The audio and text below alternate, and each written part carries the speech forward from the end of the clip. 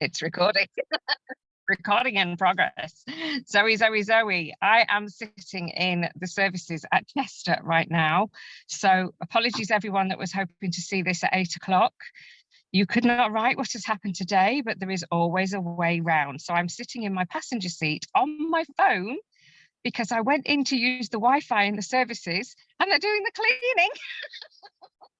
The noise was horrendous and I thought, I cannot do this. So here we are anyway. We thought we would record the chat with Zoe so that she can have a copy of it and then stream it into the Facebook group afterwards. So apologies if you're expecting to see it in there. But Zoe, welcome, my darling. It is lovely to see you. And now, I know you were a little bit nervous, weren't you, really? And yeah.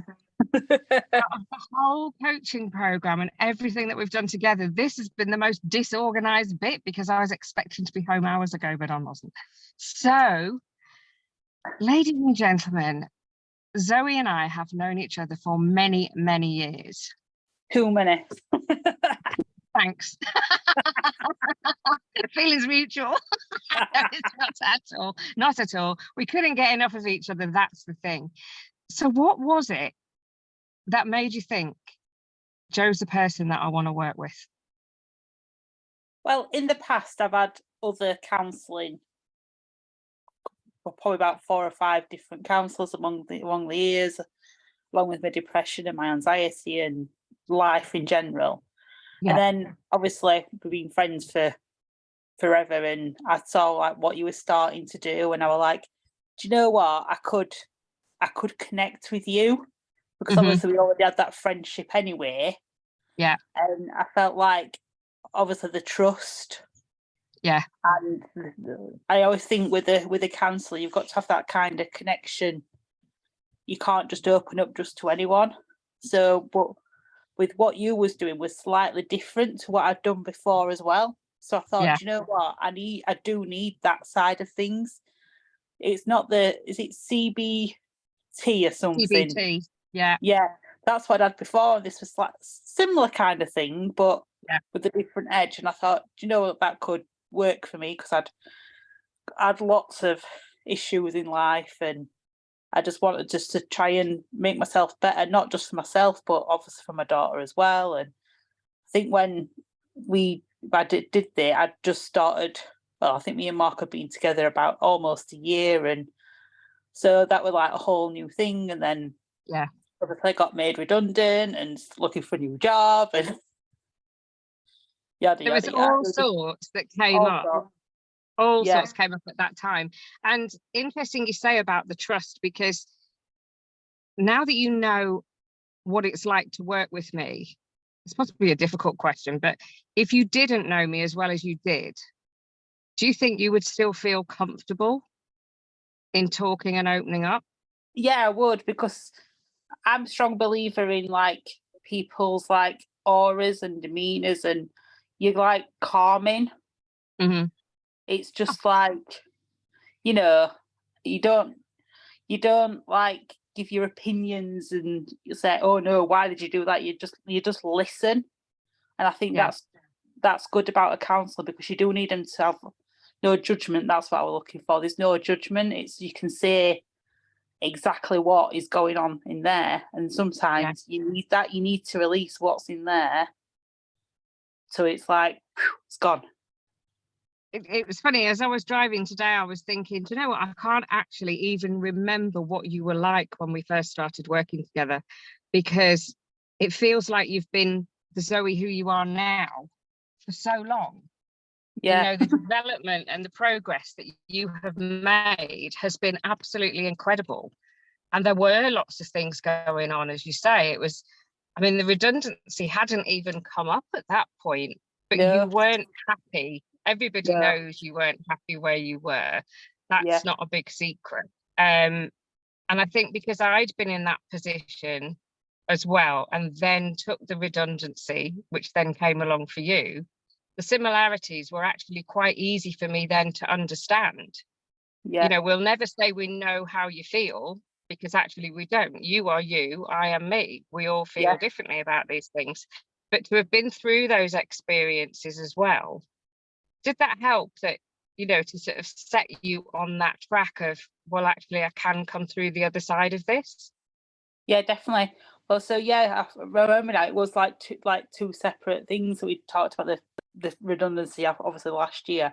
The time just flies and goes into one. But yeah, when I were having my sessions, I weren't happy with work. I were in a really rubbish place of work and just spiraling with everything.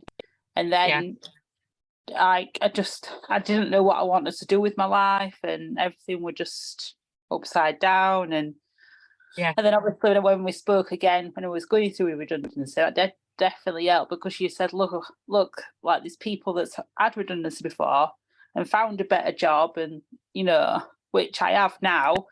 I'm loving it. It's a nice balance, because I'm in office 2 days working centre in Sheffield. Yeah. So I can go and have a little walk, stroll on my lunch break, and have a chat with people. And then I'm at home. So I'm at home with my dog, who's asleep on the floor, and Sienna. So, and Mark when he's on these, because like Mark does shifts. So it just helps like a nicer work-life balance. And that was almost something that you manifested, really, wasn't it? Because we'd said, okay, what we're going through in the membership at the moment, in the Making Midlife Magical membership, is really understanding what's important to us. Yeah. And really understanding who we are and what makes us tick. And that was one of the first things that we did, if you remember. It was the values and working out what is important to you. And you'd said that you wanted a job where you didn't have to be in the office all the time, because we were just going back after COVID then, and you were really starting to struggle getting in the routine, weren't you? But also at that time, then when the redundancy came through, you wanted the summer holidays, didn't you? It was like finding a job that they would wait for you. Yeah. And there was one that you came to me and said, yeah, I think I found the perfect job. And then it was like, but I'm not so sure. So we were like, no, it's absolutely not. That's not the right one. Yeah. Then. And then this one came along. Yeah. So yeah. And within weeks, it was almost like you'd been there forever. Yeah, I mean, this is the one that they said they'd wait for me so that I could have the summer off with Sienna last summer. Yeah. And I'm so glad that I got to have that summer. We just did so much, made so many lovely memories, and it's and also like with that redundancy, it's meant I've found a job that I'm getting more money, but also with that redundancy, paid off some debt, had the summer off last year, made some memories, and it's also paid for my holiday that I'm going on Sunday, and a holiday in August. And that's another thing, because this time last year, were you just going on holiday, or had you just been on holiday? I'd just been, just been. So we spoke when you were building up to your holiday, and you were a bit nervous about going. Yeah. And you were a bit nervous about wearing your bikinis. Yeah. And we've gone full circle to going back on holiday again this year. And I've had a sneaky peek already, a preview of the bikinis, and oh my goodness me, the confidence that you have got now in yourself. How does it feel? It's like, it's weird, because like I'd have been thinking, oh, I can't wear that. I've got my flabby belly hanging out and all my stretch marks, and and people are gonna stare at me and think, oh, look at her. But like last year when I went on holiday, honestly, like nobody's bothered. Yeah. Everybody's in their own little family and in their own little world. And I'm sure other women are probably laid aside the pool thinking, oh, come on, flabby, But nobody can actually. I don't know if I told you this, but when I went on holiday in Menorca last year, there was this Welsh couple with their little girl. And it was towards we'd been there 2 days, and it was towards the end of their holiday. Just in pool, playing with ball like you do. And this woman came up to me. She's like, I'm sorry to come and disturb you, but that costume that you had on yesterday, you look stunning in, and that bikini you've got today is gorgeous. I'm just gutted. I'm not going to be here tomorrow to see what you're wearing tomorrow. So you are quite the inspiration, really, aren't you? Yeah, which leads me on to another thing. The dance. Yes. and your dance performances. So there was one night, and I can't remember whether it was we just finished the coaching program or coming towards the end of the coaching program for definite, and you were going back to your dance classes after having had some time off with your leg. Yeah. And I can remember you ringing me from the car saying that you couldn't go in. Can you remember that night? Yeah. And we talked it through, and I said to you, you got two choices basically. You can sit in the car and just go home again, or you can walk in with your head held high and just watch what people do. Yeah. And what happened that night? So I was like really nervous because obviously when I broke my leg, and like groups of people had formed friendships, and I'd been feeling like I was out of the group and everything, and I'd been back a couple of times and I just weren't feeling it. I just weren't feeling like confident in going, and then that's when we had that conversation. So I just went in and just walked in, did what you said, went and found my own chair, got myself ready. Then people then approached me and were saying, "Oh, welcome back, Zoe, it's nice to see you," rather than me trying to go and slide into a group. I just let them come to me. So and that's what I still kind of do now. I still sometimes feel a bit like, oh, there's like that group of people there, group of people there, that group of people there. And I just go in, do my own thing, and, and then everybody just kind of chats then anyway. But yeah, that's just kind of what I do now anyway. So I just remember. And it was just incredible to think that you'd gone from sitting in the car, just not being able to put the courage up to go in, to then going in and being you, and people started coming towards you. But then that was the performance. That after that performance, the lady came up to you, didn't she, to talk to you afterwards? What did she say? Yeah, so in the show there was a bit where we could go and stand and watch, and this woman came up to me. She's like, she was like really slim, probably I'd say about a size 8, 10, blonde hair, like really pretty. She was gorgeous. And she came up to me, she went, "I just want to say you are fantastic." I was like, "Oh, thanks." She went, "No, you're an inspiration." She says, "I don't want you to take this the wrong way, what I'm going to say." She says, "But as a larger lady, the confidence that you've got to go up there and do what you've just done shows that I can do it, and anybody can do it." And I was just like, "Thanks." I'm like, I don't want to cry because I've got makeup on. That voice note. You left me the voice note to tell me, and I was like, oh my goodness me. And that's why we do what we do, because we can see so much in you that you can't see. Yeah. So we meet you where you're at. We don't meet you up here. We don't meet you over here anywhere. We meet you where you're at, and we lift you up with us. Yeah. Definitely. Is that how it felt from your side? Because I don't think I've ever asked you actually what it felt like to be the coachee, to go through it. To go through it, you have, for me, I had sessions where I wouldn't stop crying. Yeah. Then and I had that's quite normal. Yeah, because you're just releasing everything that you've been, for me, it was like releasing everything that you've held in for so long. Yeah. And then you don't realise you needed that release. Yeah. It's just like, you just feel like a big, I know it's a cliche, you do feel like you've had a weight lifted off your shoulders. It's like, and like you can understand more why I'm feeling how I'm feeling, and how like even now things pop up in life, like all these stresses and stuff.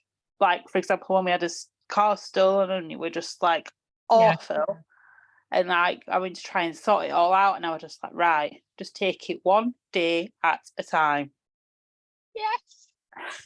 There's nothing I can do. I didn't ask for this to happen. It wasn't me that's made it happen. It's just happened.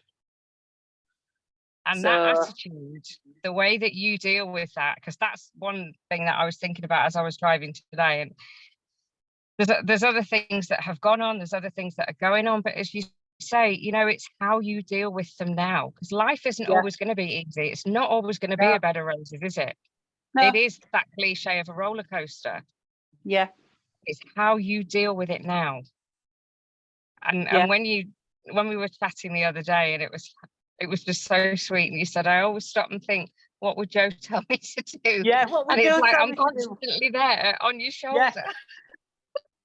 Yeah, it's like when I were my last dance show, which is where that picture's come from. Yeah. And I was feeling nervous, and I remember you were saying. I remember when we were doing it, we used to do that thumb thing. Yeah. So we were anchoring. Yeah. So remember the time when you felt the most confident, which Yeah. was from the previous show. Yes. So I just literally just sat, and I was just sat in the room with everybody else, and nobody knew what I was doing, but I did. I did that and just had 2 minutes. Like I said, I was sat with everyone, but I just had 2 minutes just in my own head. Yeah. I just calmed myself and then got on with it. And I didn't know that. That's made me well laugh even more. And that last show that I did the routine that I've done a few times, we got a standing ovation. You could see even from the videos, if anyone hasn't seen the videos on your profile, you can see the massive difference. Yes, you've had a little bit longer. Yes, you've been dancing a bit longer, but the confidence in you, the way that you stand, the way that you are now, you are like a different person. And that photo is stunning. Absolutely stunning. That's why I wanted to show it this morning, because it's like, that's the one. And, you know, when you think the person that you came to me in the beginning as to then that, and that was just amazing. I mean, I don't think it's any secret either that you were nervous in your relationship when we first started talking. And how has that changed for you? How do you feel now? I mean, now you're engaged. You're going to be Mrs. Winkle. Yes. Which you definitely weren't imagining back then. No, I think because obviously I was hurt a lot in my last relationship. I still had the barriers up, I had the walls up. Yeah. And I was very conscious and cautious at first, and even if he did the littlest slightest thing that reminded me of my ex, I was like, oh no, is this happening again? Is it gonna happen again? Oh my God, it's happening again. And it weren't. It were me overthinking it. And now I'm just like, I'm sorry, I don't want him to listen because I don't want him to get a big head. But he does treat me like a princess. And just I always took on Sienna as well, which is obviously not easy because he's not got no children of his own. Then to live with a teenager that she is now, with hormones and everything else. Mind you, it's quite nice that she's a football mad teenager. That makes it a little bit easier. Yeah, definitely. But she's doing well, as you said at the beginning. It's not just for you; it was for her and for Mark as well, wasn't it? Because I don't want my body issues passing on to her. Mm-hmm. I want her to feel confident. Yeah. Like on Friday, when the engagement party, and she had a dress on, and I was going around when she was with me. I was going, "Look at my daughter! Doesn't she look beautiful in that dress? Isn't she gorgeous?" And I'm like praising her, saying, "Oh, she's really doing really well in football." And they're asking, "How are you doing at school?" She said, "Oh, I'm doing well." And and then the other day she's, "Mum, you're embarrassing when you were saying, oh, doesn't she look beautiful in that dress?" I'm like, why shouldn't I say that? Yeah. And I weren't saying just about her being beautiful. I was saying about her, like I said, football at school, because it's not always about how you look. It's about what you do with your life as well. So I want to try and get that into her head, that it's not just about how you look. It's all about how you are as a person and everything. So... And that's the point, isn't it? That whole ripple effect. And I love talking about the ripple effect, that when you are at your best, when you are firing on all cylinders and you are confident, you just give that air of confidence, and you give that air about you that you are happy in who you are. And I don't think I've ever seen you as happy, happy, even when you thought you were happy. And that's part of the reason that I want to do these chats, because a lot of ladies and gents, but obviously I work predominantly with ladies, they don't know what it's like to come through the other side. They don't know how it feels to be away from the life that they're living, and they think that's it. you know, and you were starting to progress, but you were by no means happy where No. you were. And coming out that other side and feeling the way you do now, what would you say to anyone who is sort of on the fence? And I don't mean about hiring me as a life coach. It could be anybody as a life coach or a healer. What would you say to them? Definitely do it. I mean, like I said earlier, it is that lifting off the shoulders. If, like, not a lot of people have got people close enough, if they have got issues, to speak to without judgment. So if you have got something that you need to speak to somebody about, then go to a counsellor, because they don't know your mum, your dad, your sister, you know, they don't know them, and you're just giving them your honest opinion or your honest feelings, and they'll say whatever, you know, whatever situation is. But that's definitely, and it's also, I think it's good to get another perspective on, like before, like how to deal with things, rather than just like freaking out and going, I can't do it, I can't do it, I can't do it, I'm not doing it. Just taking a deep breath and just thinking what you need to do. So it's just, that's definitely what I'd say. That happens to so many people, that you're in the midst of it, to actually step back and look with a different perspective and with a different view, which you've clearly learned to do, because some of the situations that I know that have happened to you since we've been, or since the program finished rather, to have been able to get through those without the, let's call them the Zoe tantrums, without the panic moments, you know, and the way that you would have been almost in victim mode. And we worked through that, didn't we? We worked through that whole emotion. Nobody wants to be the victim. Nobody wants to play the victim, but we often feel that way. Yeah. And once you actually learn to look at it with a different perspective and realize that you can reframe these things, you can change the way that you feel about things, it's pretty amazing, isn't it, to come out the other side? Definitely. So I just want to say, different. you have done a massive, massive thing. And the reason that I want to record this is so that you have something that you can look back on. And, you know, if you ever need that confidence boost again, just remind yourself how far you've come. Because there's something else as well, that you and Sienna have started going to the gym together. Yes. You would never have done that. I mean, you used to poo-poo when I sent you, or we were talking about chair yoga. I know you were recovering at the time with your leg. You would never have imagined going to the gym, would you? Not in a million years.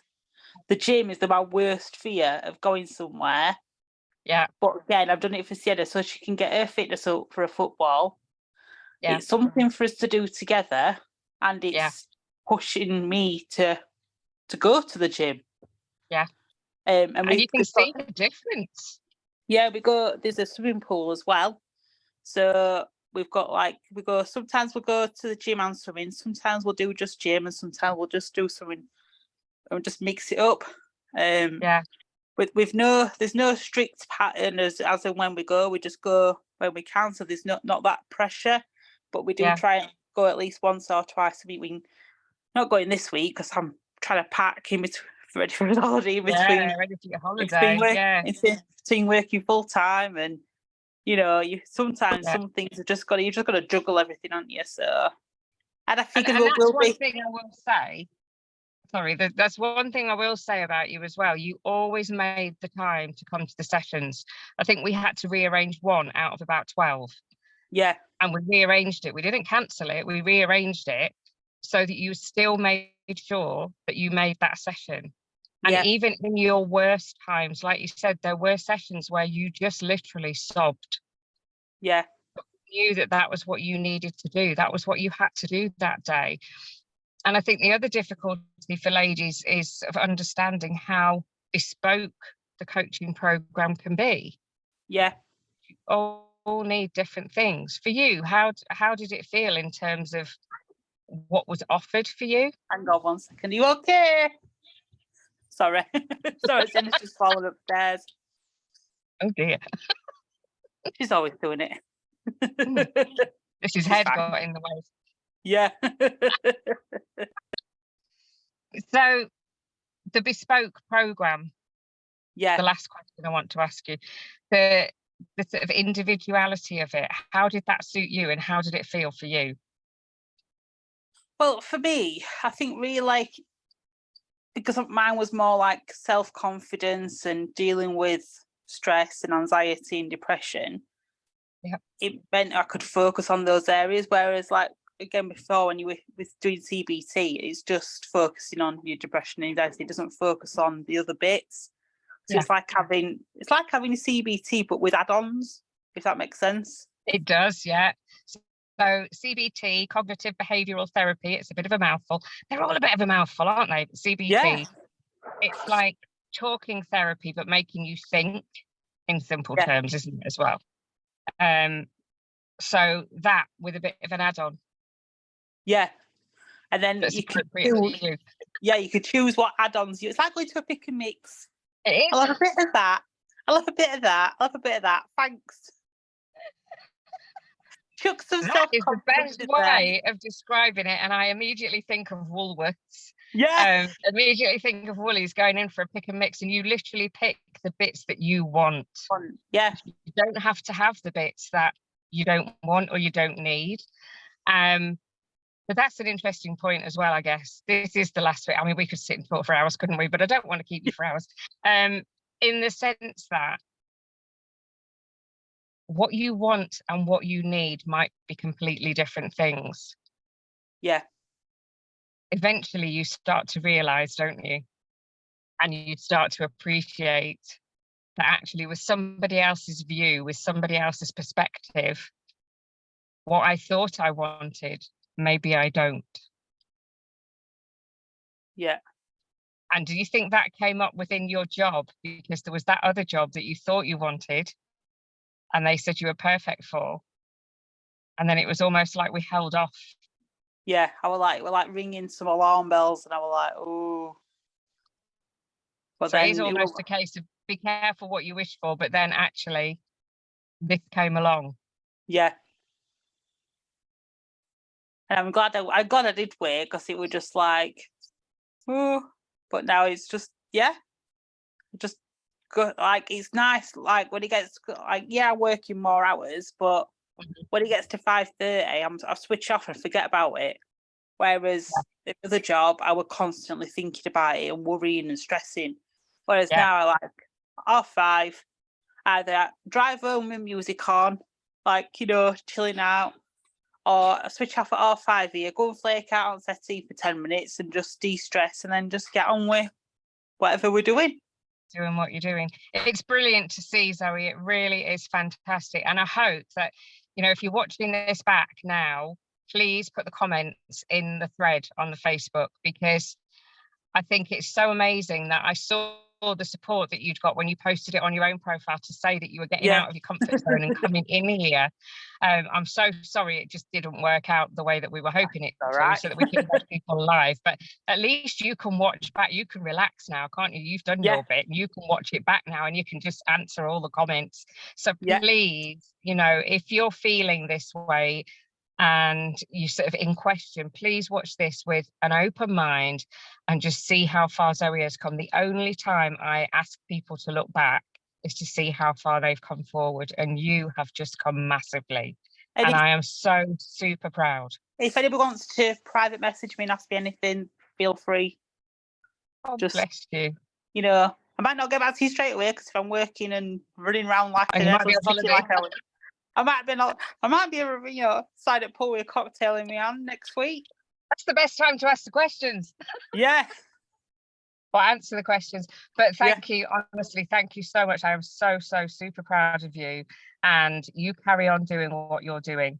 And you are more than welcome to come back in here anytime. Yep, no problem. Well, I think I've lost you. Oh, you that. See you soon. Okay, see you soon. Drive home safely. Give me 3 rings when you get home.